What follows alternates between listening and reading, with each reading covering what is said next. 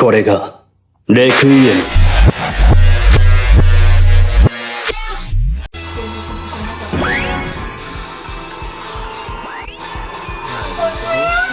Dragon Ball Z Happy Tenkaichi. I'll show you later. Let's go.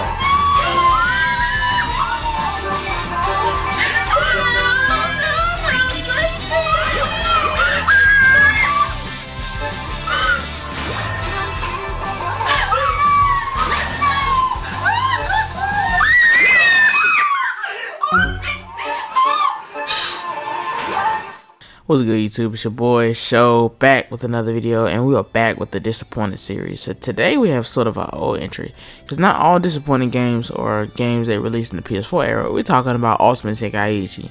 So I don't know if you guys have played Ultimate Tenkaichi. It's widely reviewed as like the worst Dragon Ball Z game. When I played it, okay, let me get this straight now. I actually did play it. I played the created character story mode. I played all the way through, because for me, I'm not saying it was like in general, but for me that was actually the first created character game I've played in terms of Dragon Ball.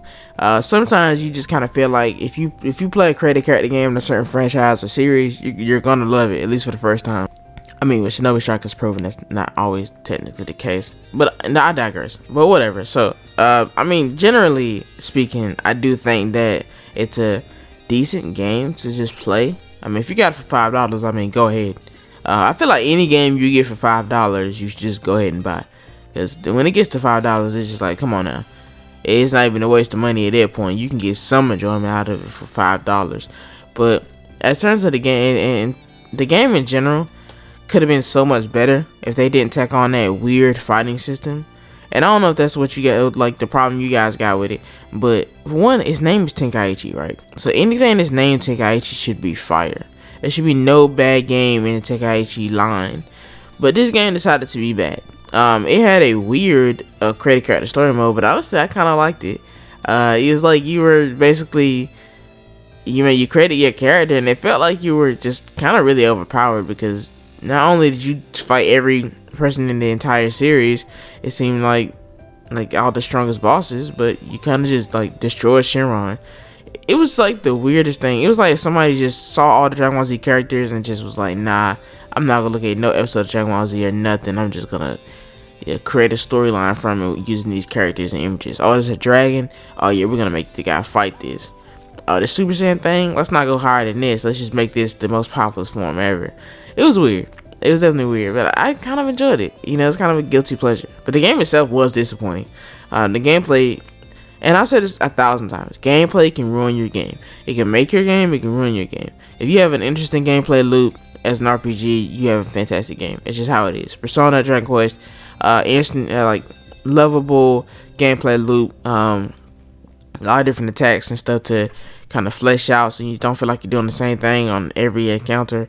Like I said, definitely something that needs to be said. Yes, games can be made or broken with gameplay. Now, granted, a good story could be good, but if the gameplay isn't up to snuff, it doesn't matter. Because at the end of the day, you're not really. You can go watch an anime for the story. You want to actually play something, and if the play that you play is not good, it's just not good. It's not. The game itself is not gonna be good. Like I said, obviously, gameplay itself isn't just 100% making a great game, but it definitely is a major factor. So finishing up my thoughts on this, right?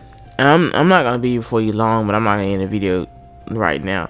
But Ultimate Tenkaichi, like I said, it could have been something fantastic, and I think it led the way for Xenoverse to come out.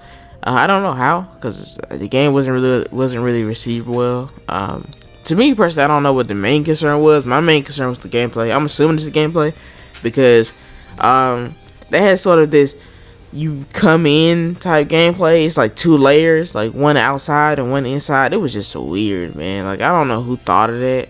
And I get it, change is good. Change is good sometimes. You want to change up the way you make the Tenkaichi games. You didn't want to make a Tenkaichi 3. You already made Tenkaichi 3, so it's like you didn't want to make technically a Tenkaichi 4. But you know that people love Tenkaichi, so it's like, oh, I'm going to make an Ultimate Tenkaichi. And that's going to be like technically in the Tenkaichi franchise, but really not. So that way, if the game sucks, you know, it won't really mess up the franchise. But it was named Tenkaichi. It was literally Ultimate Tenkaichi. So it's to me, it's part of the Tenkaichi franchise, like the dark horse of Tenkaichi franchise. So, because for me, I felt like every Tenkaichi game, I'm saying Tenkaichi a lot, guys. I really a lot. So every one of those games are definitely decent. Like the first one's decent, the second one is amazing, the third one's amazing, and the second and third one's amazing for two different reasons. So that's how you know the series is good. Then you got the ultimate one, and it's like, this is kind of trash. Like, yeah, they changed it up because they allowed you to actually have a created character now, and you know you could become a Saiyan, and with that it has access to Super Saiyan or whatever, and that can be really interesting.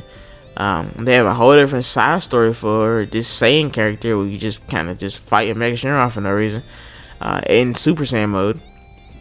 But yeah, I definitely think it was an interesting concept in terms of like the actual created character side of things, and that might have been the only redeeming quality of the game. So they might have chose to make Xenoverse. They might have just been making Xenoverse like it was all along, because Xenoverse having created characters seems so regular now. You know, you can have a game with all these different missions and stuff.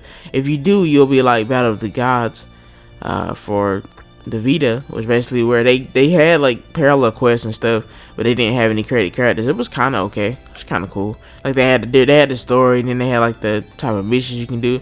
That was cool. But now actually adding the created character into it puts a whole different aspect.